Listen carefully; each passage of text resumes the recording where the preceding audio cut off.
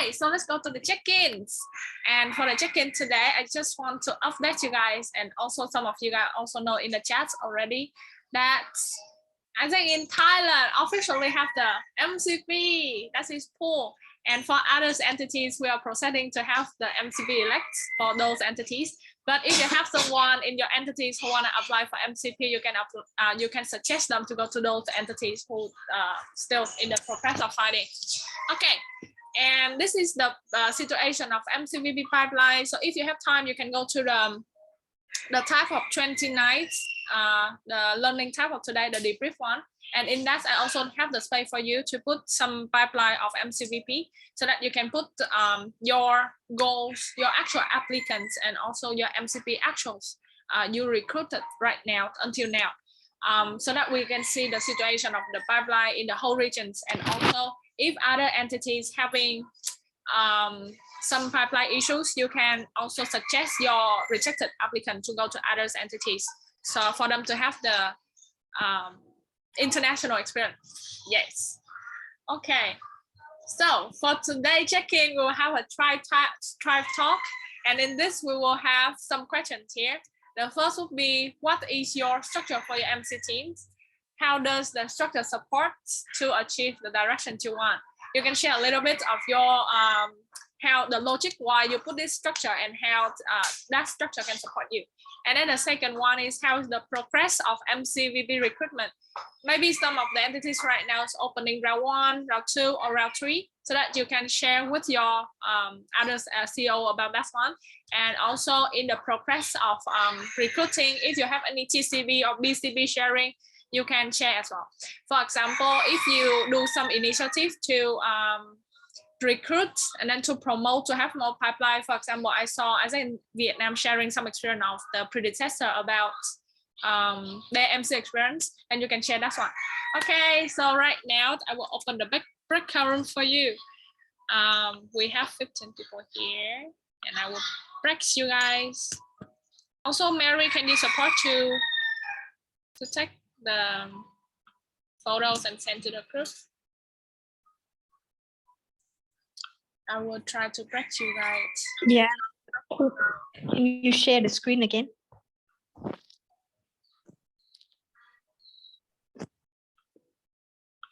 Share screen.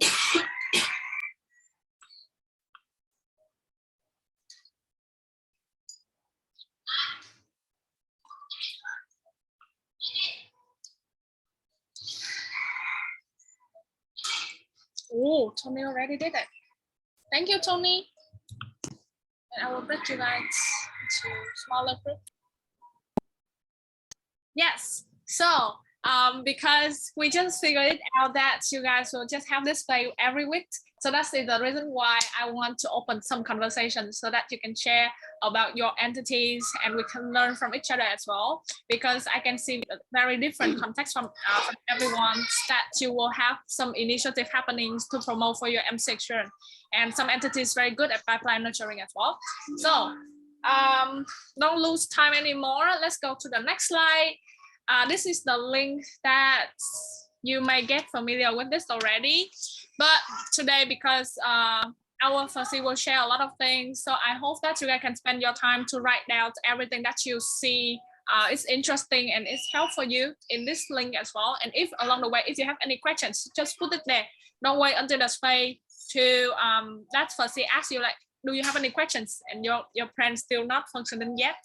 So if you have any question popping up, just write down in the opening questions. So in that way, we can have more time for interacting with the first. And next slide. Welcome our first of the day, Kolachi, Eliazar Kolachi. Yeah. Woohoo. Hi everyone. Hello. How are you all doing? Amazing, amazing. Amazing. It's really good to see all of you guys. Min, should I just go now? Can I start? Yes. Good to go. Amazing. All right, everyone. It's a pleasure for me to be here, and it's so great for me to see all of these young faces of AP, the future leaders of tomorrow. And I hope This session teaches you something about legality, then you get to learn a thing or two. And if you have any questions throughout this whole space, like Min mentioned, just write them down in the sheet and ask me later and all of that stuff as well. And I'll try to do my best, but what I need from you is to just pay attention and like, be like super attentive to the whole thing. Also, just a disclaimer, today's session is going to be a little too wordy, and it might be a bit of an information overload because legality is a topic that's like, very detailed. So just like if you need a break in the middle and if you think you're getting tired, just let me know on the chat and I'll give you like a minute or two to just like unwind your brain. Cool. Can I have a thumbs up? Okay, amazing. All right. Starting with introductions. Hi everyone, I'm Eliazar Kolachi. I am the MCB of ISIC in Pakistan. I'm also the MSc chair right now. And before this, I was the MCVP ICX for ISIC in Pakistan for the term 2021. And before that, I was LCVP IGT for ISIC in Karachi in the term 1920. So for most of my journey, actually, I've just done incoming exchange. Shout out to all of my incoming exchange people here. And MCP is probably my first role. That's not an incoming exchange role actually. But damn, it's been actually the greatest role I've ever had, to be honest. And like, you can make me sit for hours and talk, like make me talk about the MCP role.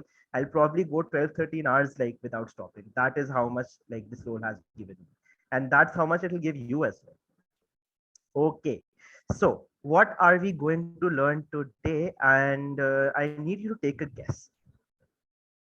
So when you look at this picture, what do you think we're going to be talking about? Write it on the chat.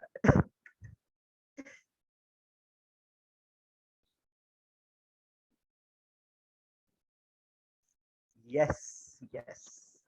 See, you get a membership, you get a membership, all of you get memberships, and all of you become full members of AP. Amazing. Okay, great. Okay, now guess this one. What is the second topic we're going to be talking about today? See, this one's a little tricky, isn't it?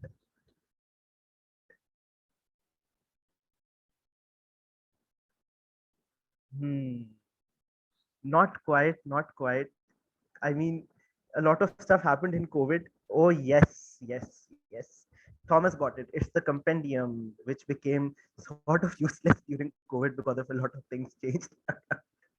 So yeah, like I can really remember our legislative meetings in Pakistan and like some global legislations as well, where a lot of things would just become a little irrelevant because of the pandemic. But now that we're out of it, we now can focus on it again and make everything happen.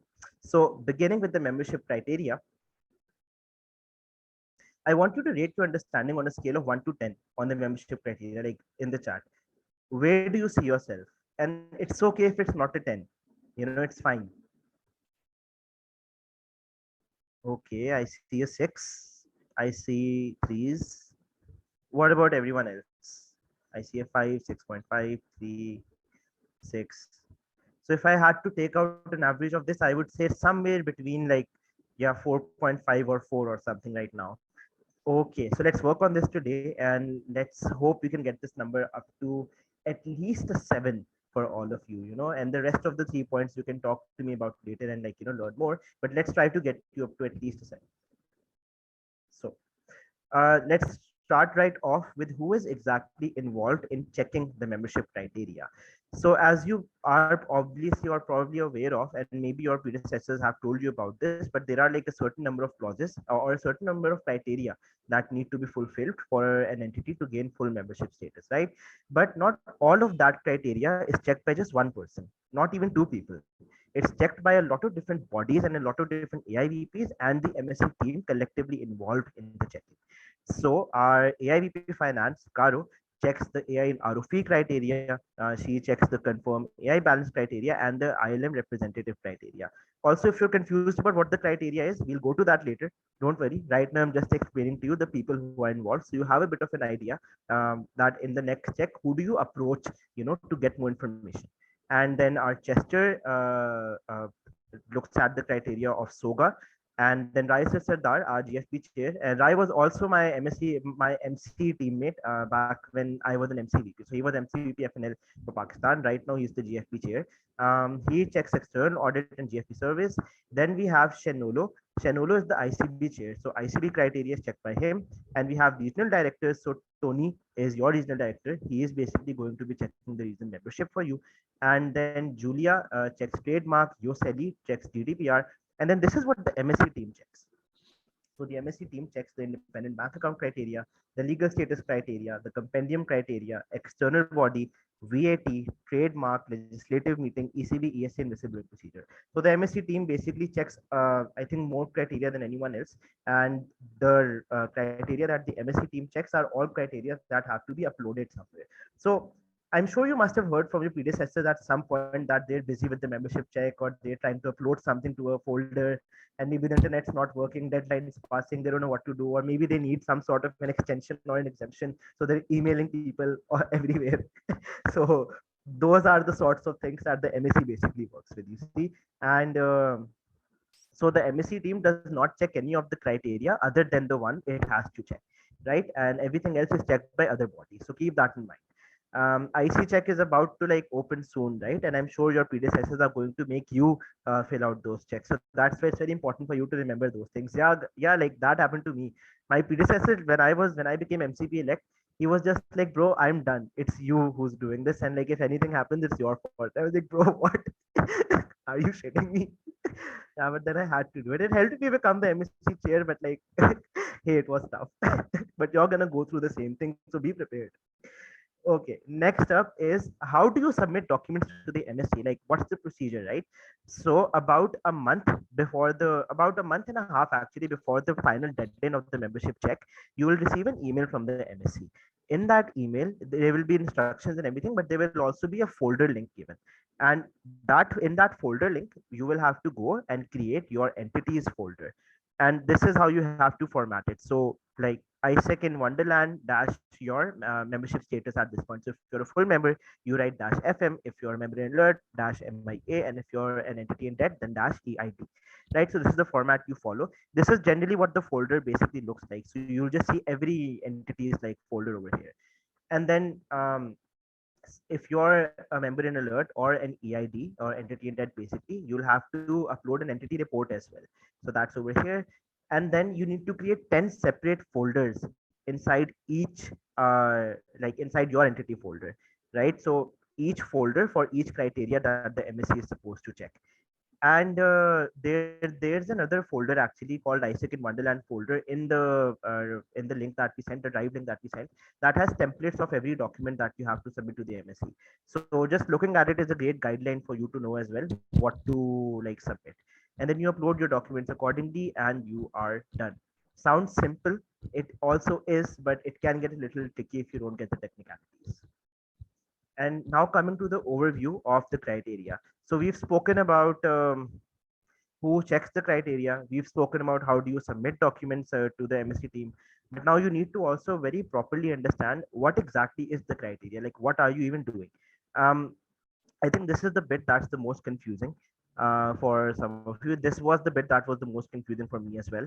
The first one is payments and no debts. So I'm sure you're all aware of the concept of like, paying a fee to AI and a fee to the regional office, right? So AI fee and the RO fee.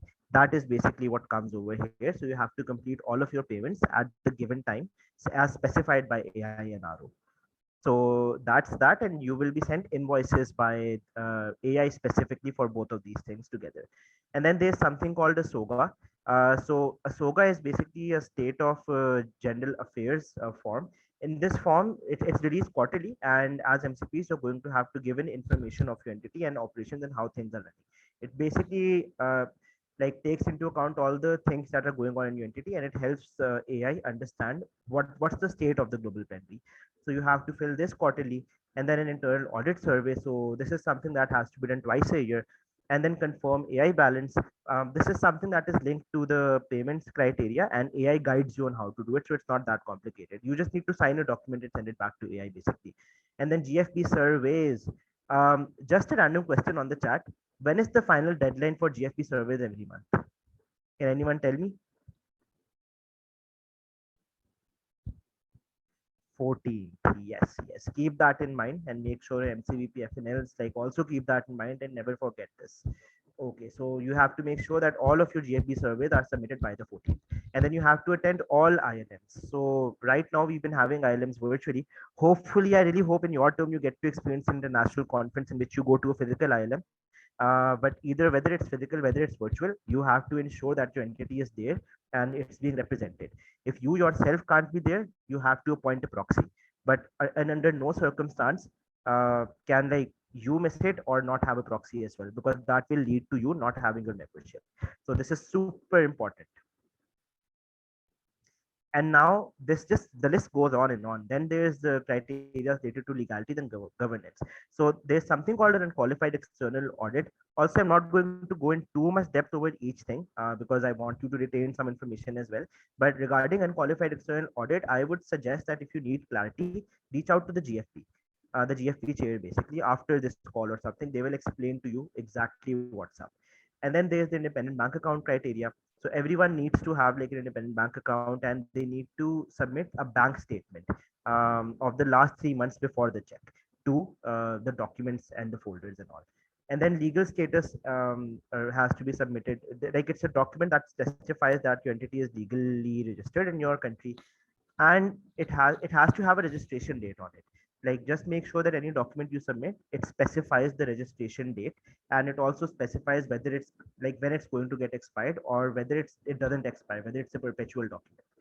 And then you have to submit your compendium as well. Either you submit the compendium or submit the MCP elections process written in English. And then there's a criteria for external body. So I'm sure by now you're aware of what a supervisory group is, or a board of advisors is, or a board of directors is.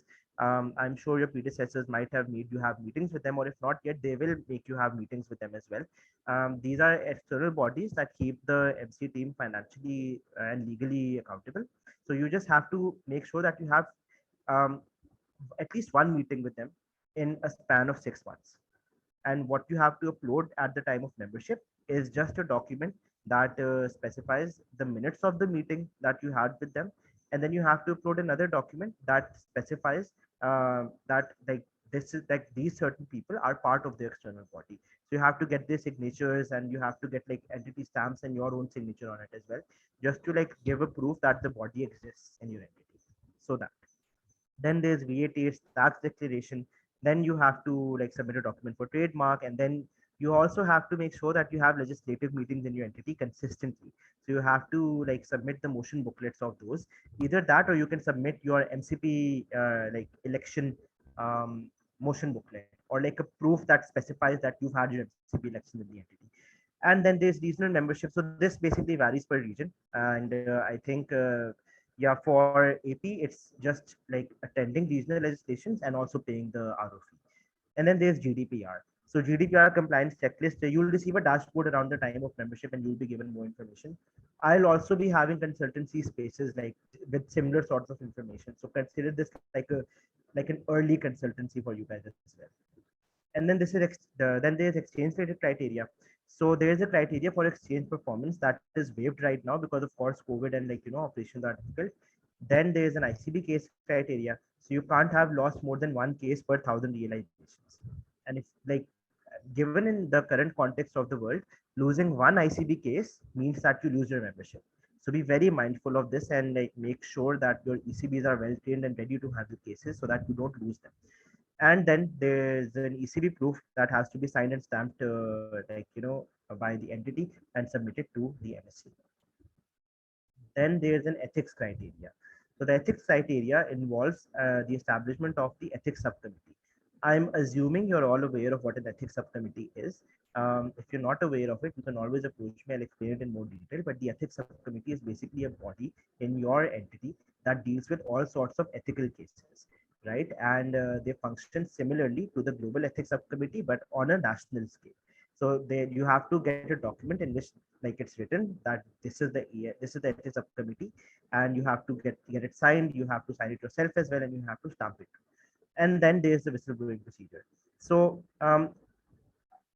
I'm sure you must have gone through APIP and seen that there's a whistleblowing procedure over there. If you haven't done it yet, go to APIP, check it out after this call and find the whistleblowing procedure. What you basically need to do is that you have to legislate that whistleblowing procedure in your national compendiums as well. And you have to submit to the MSc a proof of the fact that the whistleblowing procedure in APIP is also part of your national compendium. And when you submit that, then the criteria gets accepted. So this is also something you need to take care of. Okay. So bit of information overload. It's okay. Don't worry. I don't expect you to completely memorize all these things. All I expect is for you to just understand each criteria in a bit of detail, right? But now let's also talk about some common mistakes that happen and some common problems that people face. So a lot of documents were actually required to like stamp, right? But a lot of entities end up forgetting stamps. In many of my in like when I check the documents of a lot of different entities, I oftentimes find that they've done everything right, but maybe sometimes they've just missed out one document and they haven't put a stamp on it. And because of that, I have to take all of their voting rights, which is a very sad thing actually, because it's such a tiny thing. So please be very mindful of this. Do not forget stamps where required. Also, if you, well, I'll get to actually the exemptions bit later, but yeah, for now, just remember this. Also, remember time periods of documents. So some documents, for example, bank statements, have a certain time period on it. So you have to ensure that you're following the right time and you're not like submitting documents out of time and place.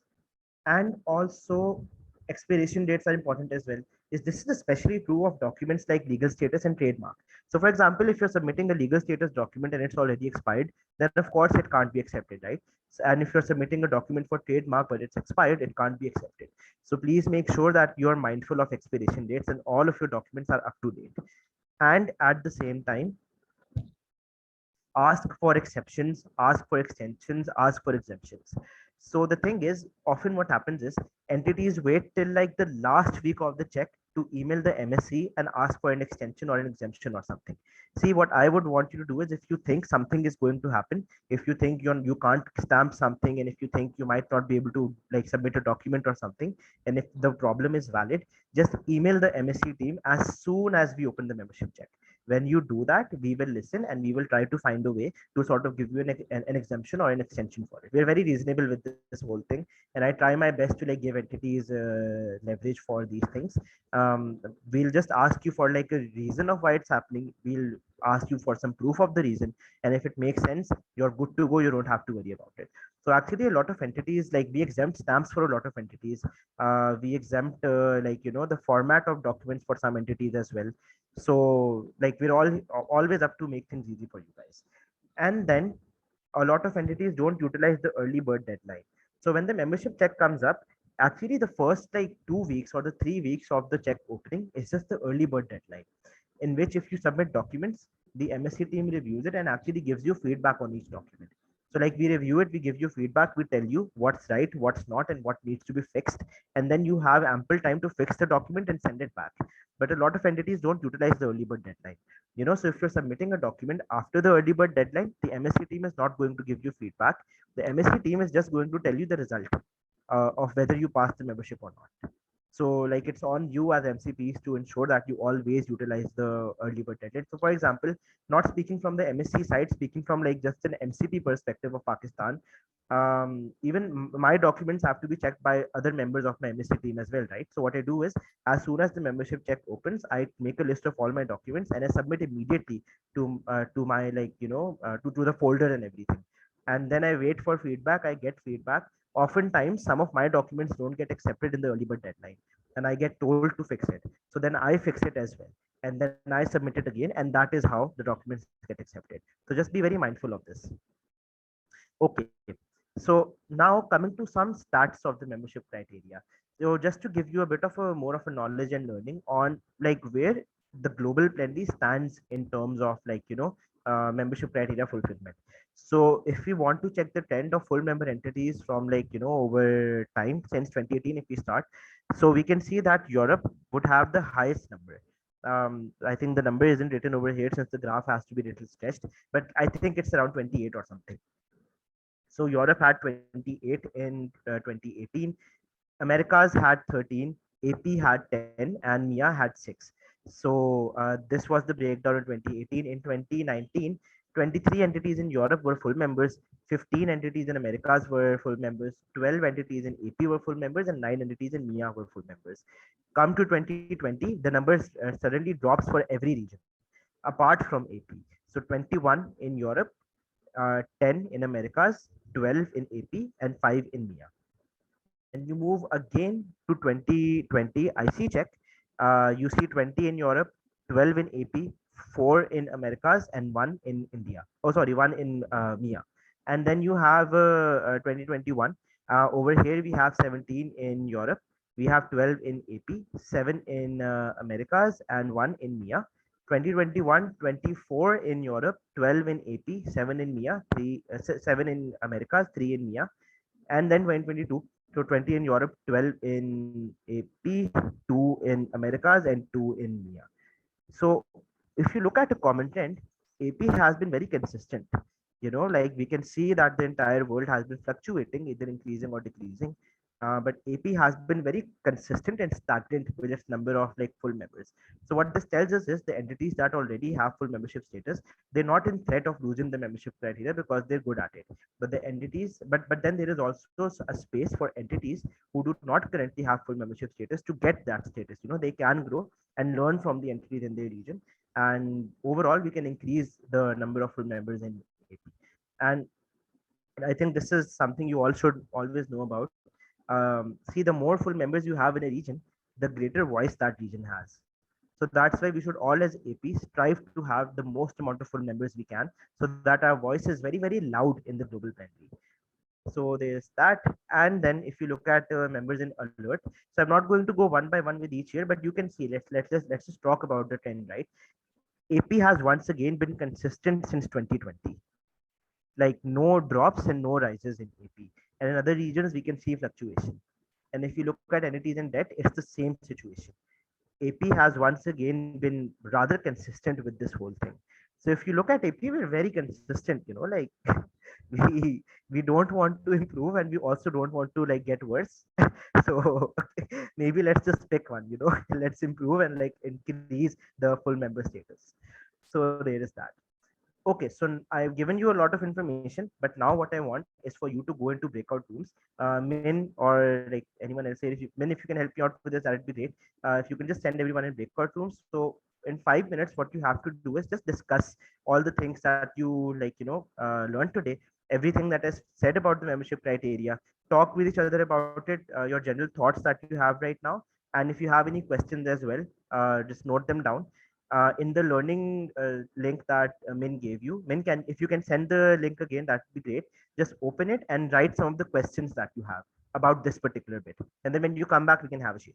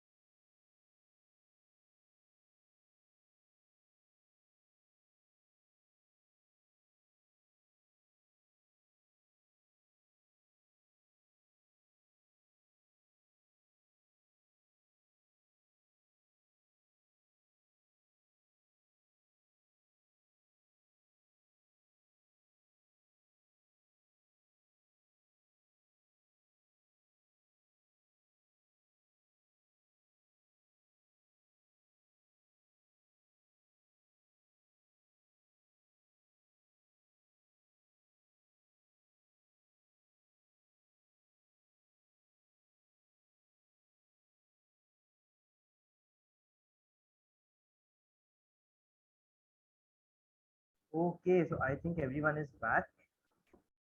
Yes. All of you guys are here now. Amazing.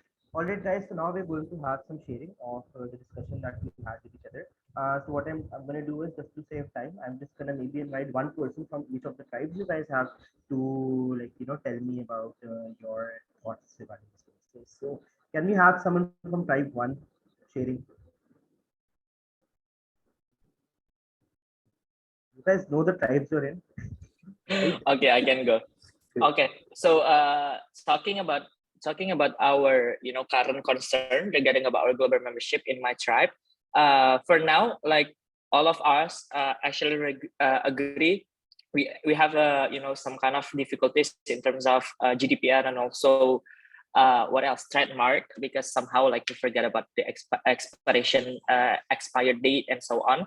And then if I can actually say something about my entity, for now, like I have no issue regarding about the way how we fulfilling those kind of criteria, because for now everything is run smoothly. But maybe from the way how I get transition from my MCP, he mentioned to me that you should focusing more about like ILM representative, because maybe there will be another possibility that you should go for physical conferences. And then you also need to consider about the finance and so on, but you also need to consider about like how you can do some kind of representative in our entity. And then the second one is about I think VAT for our entity. And also the last one more into about whistleblowing procedure, because I'm not really understand about this one. So I think I need to really learn about that one, and then like to actually not losing those kind of criteria. That's very interesting. Yeah, so I think you're thinking along the right lines. I think what I would suggest to everyone for this is, if there's anything that you're confused about the membership criteria, like certain parts of the membership criteria, just make a list of it and book a call with your MCP and your MCP finance together, like the current MCP finance. And I think they'll explain the tiny, minute details of it as well. Because honestly, I also didn't know what VAT even stood for when I became MCP. I was like, what is this? But I had to talk to my MCVP FNL, and then he had to explain to me what it was. So a lot of these things you might not know, and that's fine. Just book a call with someone and they'll explain. And also physical ILMs, Eco is right, that will become a reality for all of you actually. It's a good thing, you might have to go, but then finances, I don't know what's that going to look like for everyone, even for Pakistan. Just know that you can always appoint a proxy. So like become friends with each other and be each other's proxies. If one of you is going, just become proxies for this. So do something like that if you can't go. So I think that's what I'd say. But like if you want more detailed answers over the questions that Eco has, or Eco, if you want to reach out to me yourself, please do after like the call and all, and I would love to help you out. Okay, so someone from tribe 2.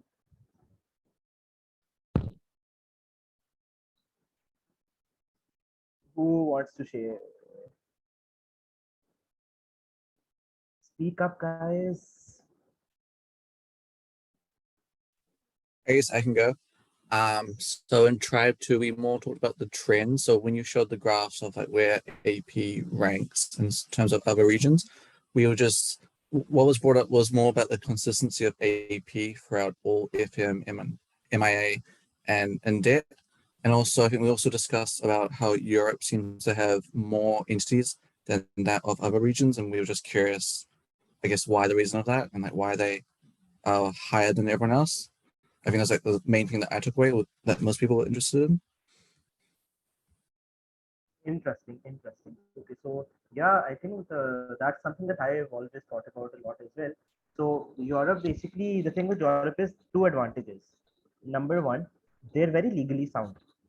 So they take these things very, very seriously, and to them, being full member is like a matter of life and death. Actually, that is how much they care about this whole thing. So that's why you will see so many full members coming out of Europe. And secondly, they have a regional advantage as well. Because of the number of entities that exist in that region, right? So it's easy for them to have the highest number of full members in the entire world. So even if right now AP were to have even if 100% entities in AP were full members, Europe would still have more full members if 100% of them were full members. So this is a reality that's always going to be there, and it's something I guess that we can sort of maybe look into in the future over how regions are divided or something. But this is how it is. So what we can strive for is to just at least have 100% full membership in AP and be consistent with that. So we're always doing the best we can. Also, Thomas, now that you asked, I also saw a question from New Zealand in the sheet regarding exchange criteria. So I'll just tell everyone as well. So New Zealand basically wrote in the sheet that if an entity cannot fulfill the exchange criteria, what do they do? Like are they going to like lose the membership, and like, can they ask for an exemption or an extension for it or something? So as I was telling you all before, the exchange criteria right now is waived. So that means it is not counted in the membership check right now. And I'm not sure if that will be the case in the second half of your, like in your terms as MCP.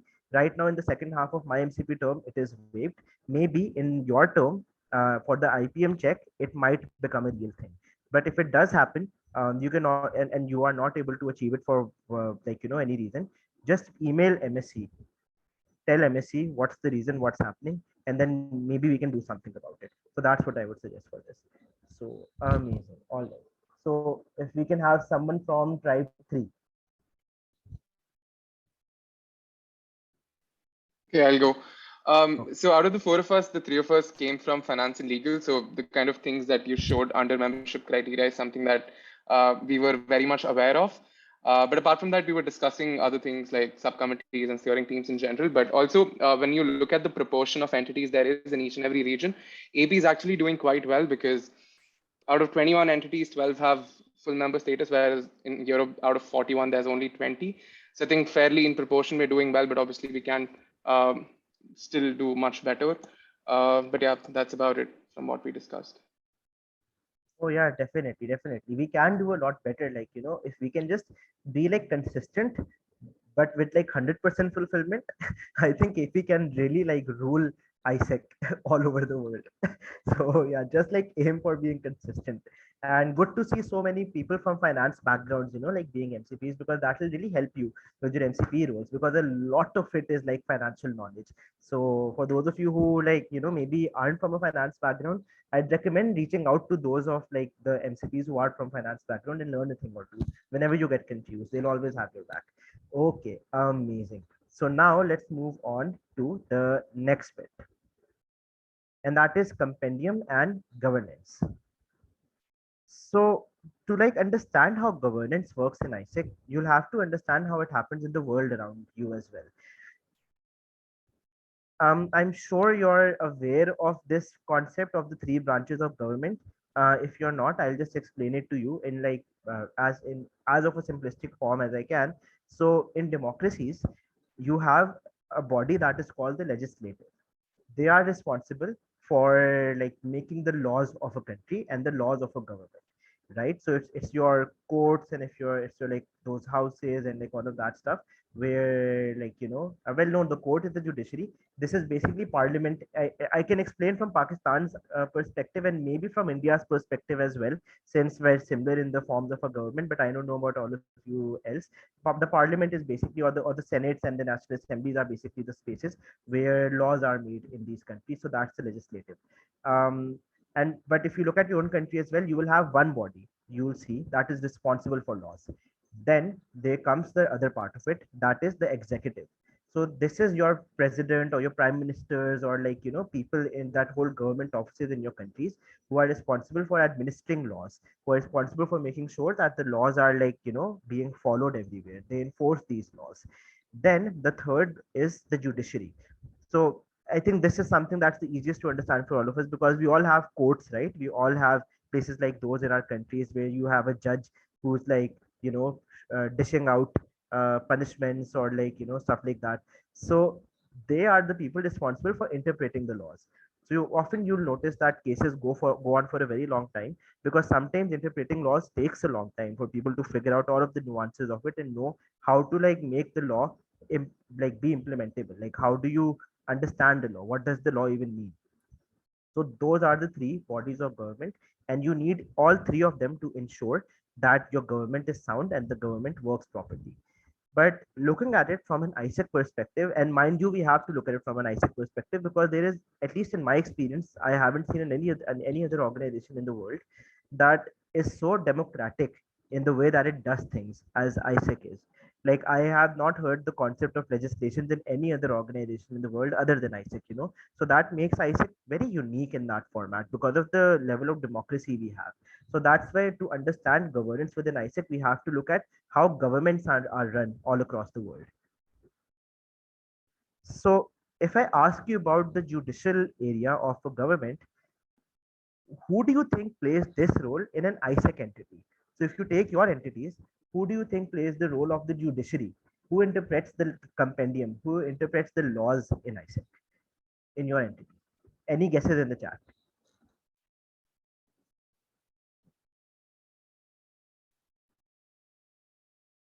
Take a guess. It's not that tough.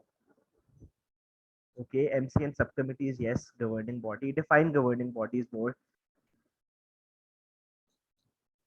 Anyone else? Interesting, yes. LCP is an MCP, definitely can be an MC, yes.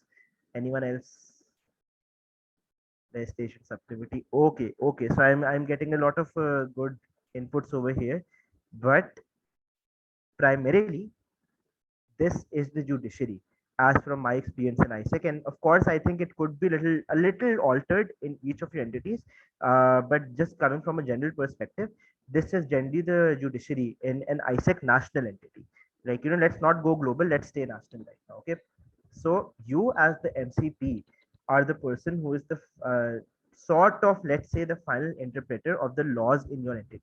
So your compendium, you basically decide what it's supposed to be. All of the nuances in the compendium, you basically decide how it's going to happen and like what those nuances exactly are. And then comes your board of advisors, board of directors, or like your supervisory group as well.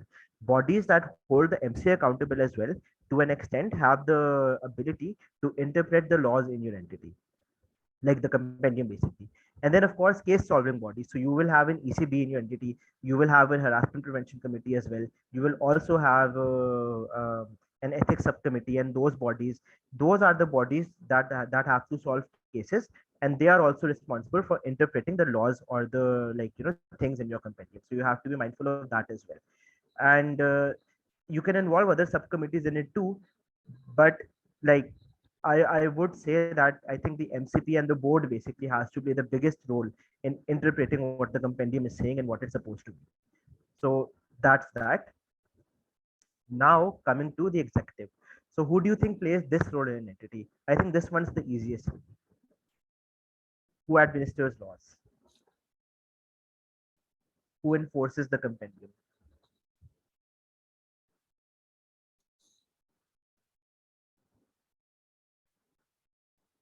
Any guesses?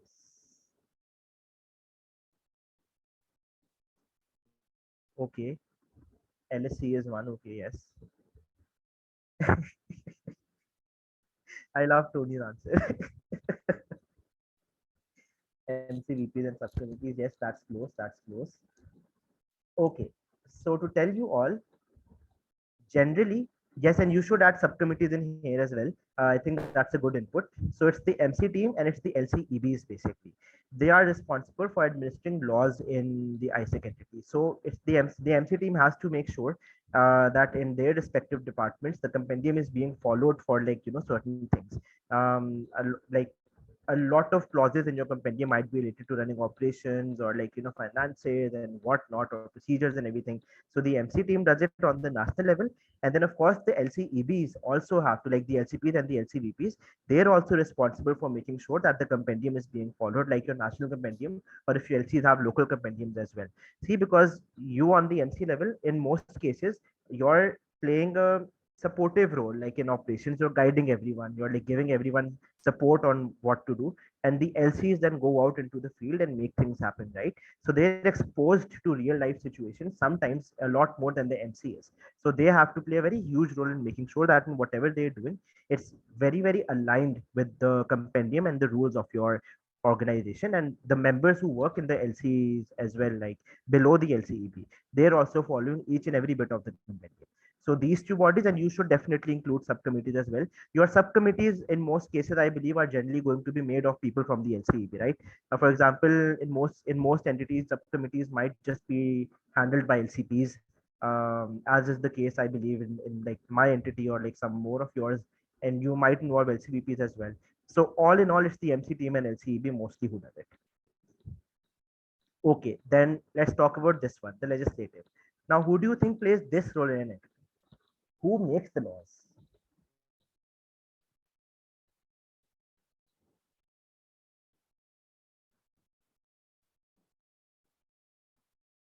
Okay, yes, yes. Good answers, everyone. Good answers.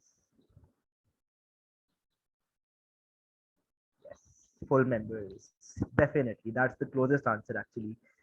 So all voting bodies in national legislations. So in your national legislations, whoever has a vote, whether it's your LCs, whether the MC team in your entity has a vote, they basically are the people responsible for making these laws because they discuss, they have conversations, they sometimes they fight over things, but then at the end of the day, they all get together and vote for something, right? So all voting bodies, full members, basically everyone who has a vote is responsible for making the laws in ICIC. And when you look at your role as an MCP, what you will see is that you lie in the middle of all of it. So the MCP uh, has a vote, right? The MCP, like if the like MC has a full member status in your entity, they will have a vote, of course, right? And as the leader of the MC team, you do have the biggest say in deciding what vote goes where. And then at the same time, when it comes to the judicial, like I mentioned, the MCP does have a fairly big role in interpreting the compendium, right? So you have a role there as well. And then on another level, the MCP also is responsible for administering laws, right? It's like one of the people involved in it. So the MCP is somehow involved in all three of these areas. And just to like explain it a little more, right? Like what I just said, voting rights, responsible for interpreting, and responsible for ensuring compliance as well. What that basically does is that it makes the MCP stand at the center of governance in your entities. And hence it gives you the greatest level of influence as well in your entities when it comes to governance. So as an MCP, you do have the influential power to influence all three areas of of government in your entity. Now, it's your job to use that power responsibly. It's your job to use that power positively and use it to make your entities grow and use it to make ISEC in Wonderland the greatest entity the world has ever seen. So you have the power to make a lot of difference. And I'm sure you guys have seen Spider-Man recently, like Spider-Man No Way Home came out, and all three Spider-Man went like with great power comes great responsibility. So I'm your fourth Spider-Man telling you that with great power comes great responsibility. So just don't forget that when it comes to governance. Okay. And now coming to the compendium, okay, because compendium is also like what we've just been talking about, right? Part of governance and everything and all of that stuff. So I want you to complete the sentence for me. So in its essence, the compendium is dash dash dash. What do you think it is?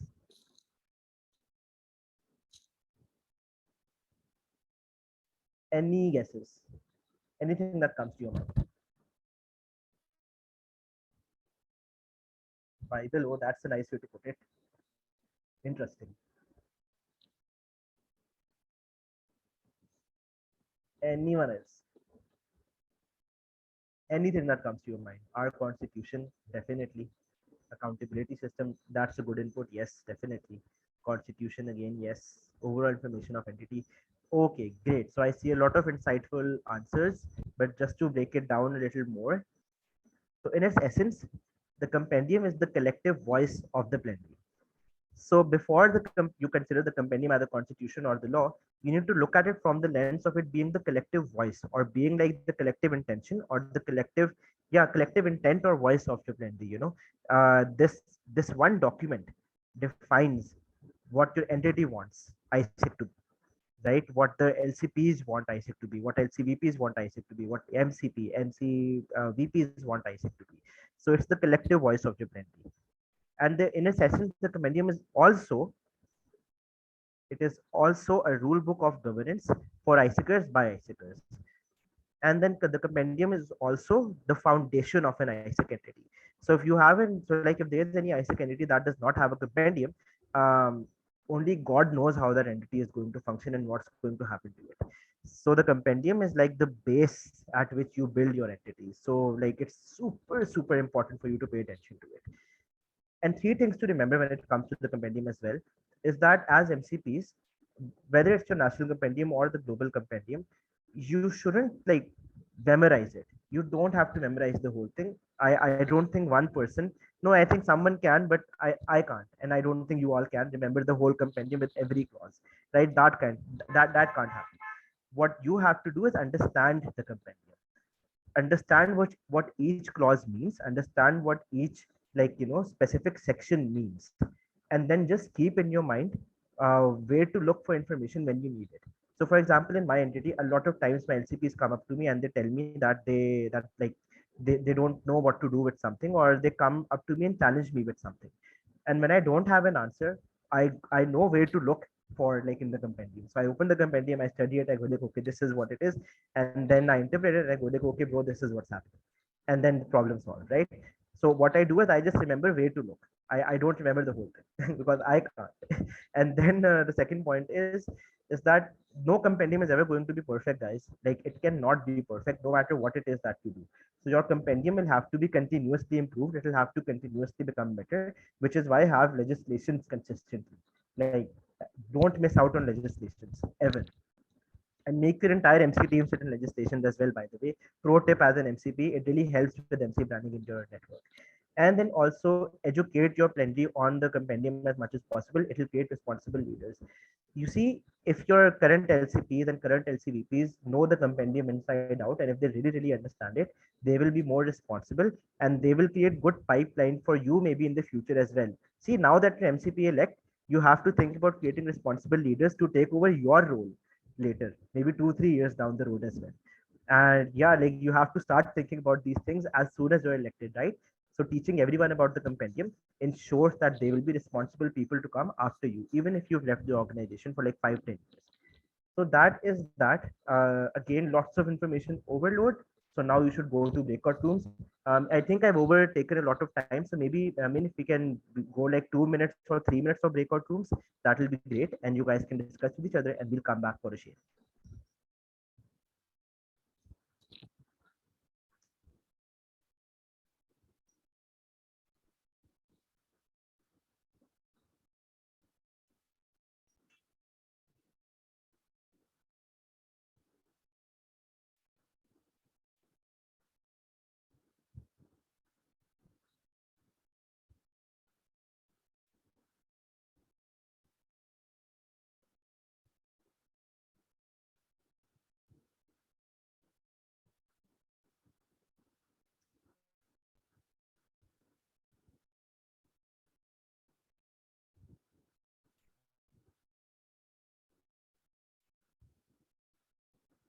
Hi, Tony. How are you? Yeah, hey Lee. Can we pause the recording? Maybe for me, especially for coming from me, I think the change management that happening when we actually restarting our exchange again, because for now, like it is still freeze, right, for all the criterias, and then like later on we are going to restart it again. So I'm just curious about like how my entity can still do it, and also can make some kind of change management to start 100% for the exchange. Okay. Another one, I think that this is actually another question that I have. Since from the past MC experience, our trademark is still in Indonesia, and then when I asking my MCP, and then like he just said that you don't have to translate the document into English, but I just confused like how you actually can understand if it is the trademark from our entity if we don't translate it. Very good question. So I'll answer the trademark one first. You have to get a notarized translation, and you have to basically submit both the untranslated version and the translated version in that case, basically. So what happens is, in a notarized translation, when they are translating the trademark, they basically have a note over there that this is an official translation of this document, so that way the MSA team can tell that it's like the right trademark from the right entity. Does that make any sense? And also, if you're confused about something, and if you don't know whether you can submit the right thing or not, just ask for an exemption. Yeah. Because we always submit it into with Indonesian document, and then like there's no problem from the legislation subcommittee. So like we think we don't have to translate it, but it's okay for me. Yeah. Okay. Great. Then the next one, I already put it. What if like the ECB recruitment is longer than what we expect? Is it like will affecting to our operation? Because for now, like I could say this is another problem in ISEC Indonesia. Even like we open it like 6 months before the realization, but still there's no one actually wants to apply. Yeah, I can relate. I think this is a problem all of us can relate to because ECB is a problem everywhere. It's in Pakistan as well. I just lost my ECB chair. Like they resigned basically back in January, and now I'm getting a new one and making them do the previous quarter's audit. So like I get what you're saying. I think but I think there's no right answer to this. Of course, it is going to be a problem if you don't have the ECB chair, right? And like no exceptions over there. What you have to do is reach out to the MCPs who have ECBs working out right.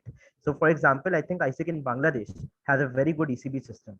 So, reach out to Arfan maybe, or reach out to Nishat. I hope I'm getting your name right. Maybe they can give you some advice on ECB and things like this. So yeah, that's what I would say to that. Okay, and for the very first thing you asked, Eco, just hit me up later. We let's have a more detailed conversation about that. Okay, so Okay. anyone from Tribe 2 who wants to just share any thoughts about the space, or like if you have any questions or something, anything that's coming to your mind. Well, we kind of just agreed that a lot of these criteria and the process is a little bit new to us, and we are both excited and also afraid. Yeah. But yeah, we are ready to get to know this and learn everything. And by the time we were leaving our tribe room, we were just talking about the way we're functioning BOA. Yeah, but basically like we are we don't have much questions. Yeah, just ready to learn all of this. Amazing, amazing. And it's completely natural to be scared. Like I totally get you. I remember the first time I was submitting documents, my heart was pounding so fast. I was like, bro, if this is wrong, I am dead. If my entity loses membership, my LCPs will kill me. So I get you, and it's okay. But see, it's natural. Don't worry about it. Just give it your best shot. What matters is that you're giving your 100%. Right, so and generally this is like general advice from like a dinosaur, right? An old ISEC dinosaur. In everything that you do, give your 100%, and what's going to happen is going to happen. You can't really like control everything, but control what you can and do the best over there, and it'll all fall into place. So yeah. Okay, and if there's anyone from Tribe 3 who wants to share something.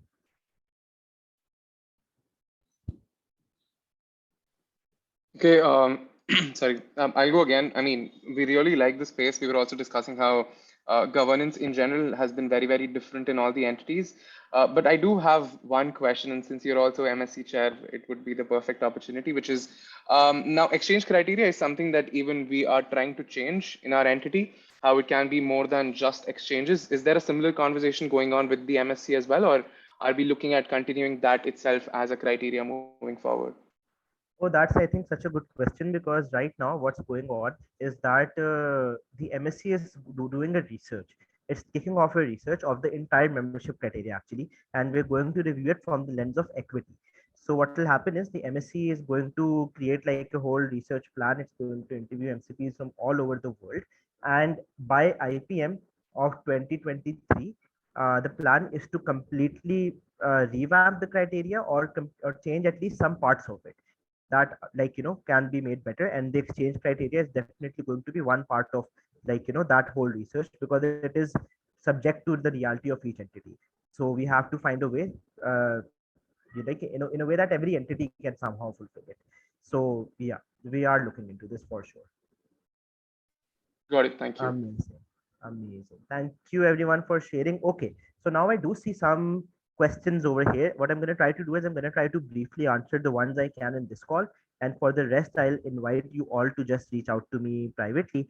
But the ones I can answer right now, that won't take up too much time, is okay here. So we have one from New Zealand, I believe.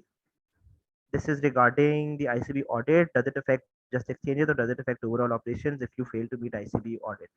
Oh, this is an interesting question. It's not so failing the ICB audit is not equal to losing the membership criteria. right now. Okay, in the future it's going to happen actually, but right now that's not the case. Right now, if you just lose a case against ICB, like if you don't do an exchange right, and according to the APIP you mess up an ICB, like you get a case filed against you, it goes to ICB and you lose the case, then you lose membership. But generally speaking, if you fail the ICB audit, your entity's operations freeze. So you can't do any more approvals until you pass the ICB audit. So that's the situation there. And I hope that answers the question, Thomas. It does, right? Somewhat. Okay, yeah, just reach out if you're like confused after this as well. Then we have a question from Japan. Why do so many your entities have full membership? Are there any regional characteristics or historical reasons? See, there are two regional things. Actually, one regional thing and one, let's say, just a cultural characteristic over there. The first one is they have the highest number of entities, like, overall.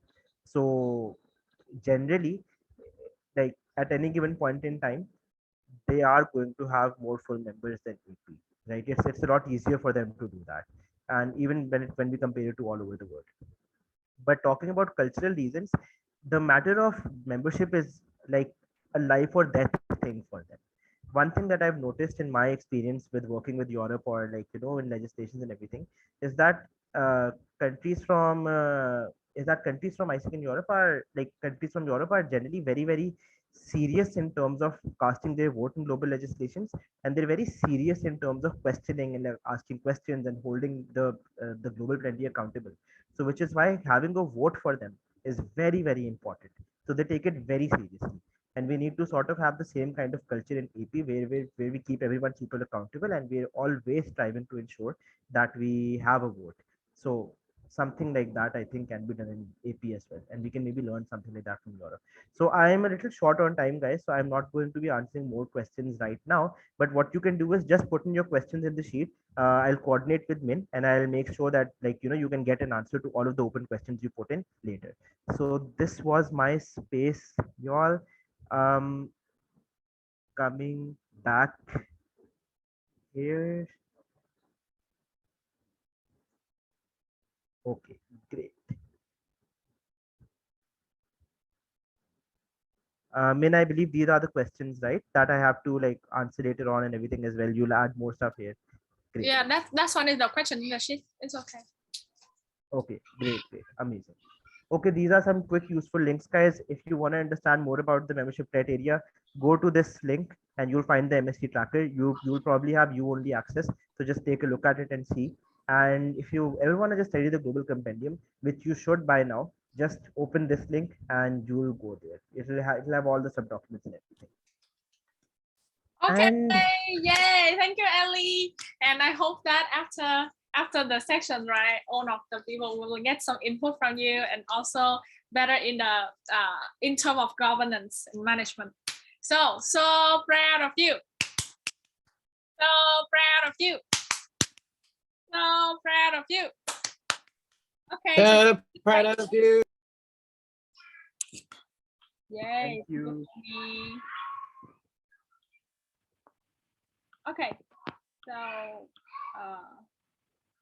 wait, and I think you can stay for a while, and then we can take a photo together. Yeah. So right now, just a little bit of wrap up. Feed forward. Okay. I hope that you guys still remember this slide. And then who will be the next top CEO?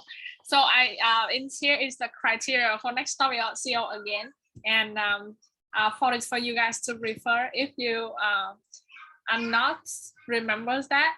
So in here we have some tribe, right? So I want to, because this is the end of the month, end of March already, we together with all of the people here, we have been through 1 month already. So in here is the attendance for everyone about joining on the touch points. And in here we have Nico and Zozo, who will be 100% of tribe 1 who joining all the space. And the second tribe, we have Eliazar. Appreciate you guys for 100% attended on the touch points, even the partner space as well. And for the learning recap, 100% learning recap, you guys write down some learning points in your the links that we just have here. Can you guess who? From track 1, we have a very good learner. It's Eco again. And track 2, we have Thomas. So appreciate you guys. And today we have so many people raising the voice. So we have Eco, we have Thomas, we have Elisa, we have Isabella, and then we also have Drakha from India. Yeah. Okay. And you guys also have some points here. I count for you guys already.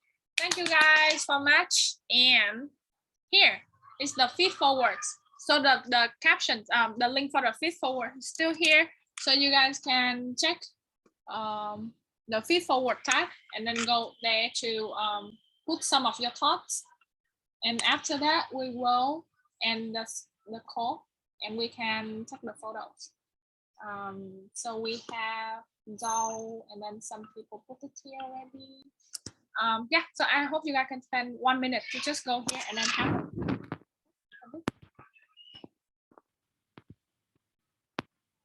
Oh my God, this is the first time I feel like we have the right away feedback and the person is still here. Feel naked. Okay. Everyone, you can go here. I will send the link here in case you don't see it. Okay. Hope to receive your input so that we can have a better section in April.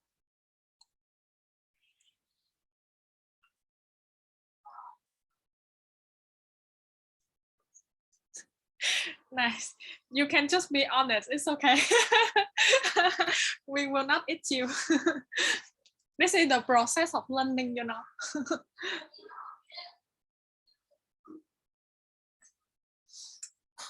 Okay.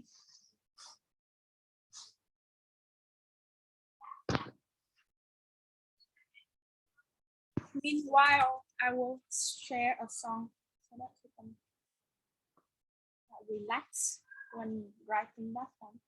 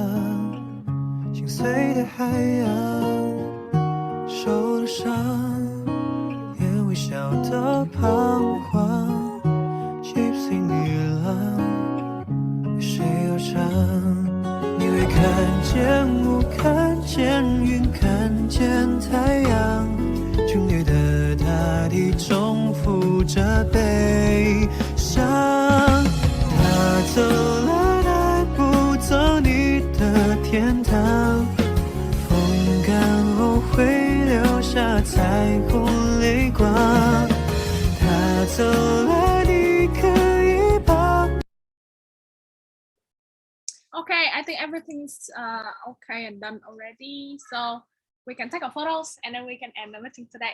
Thank you guys for joining.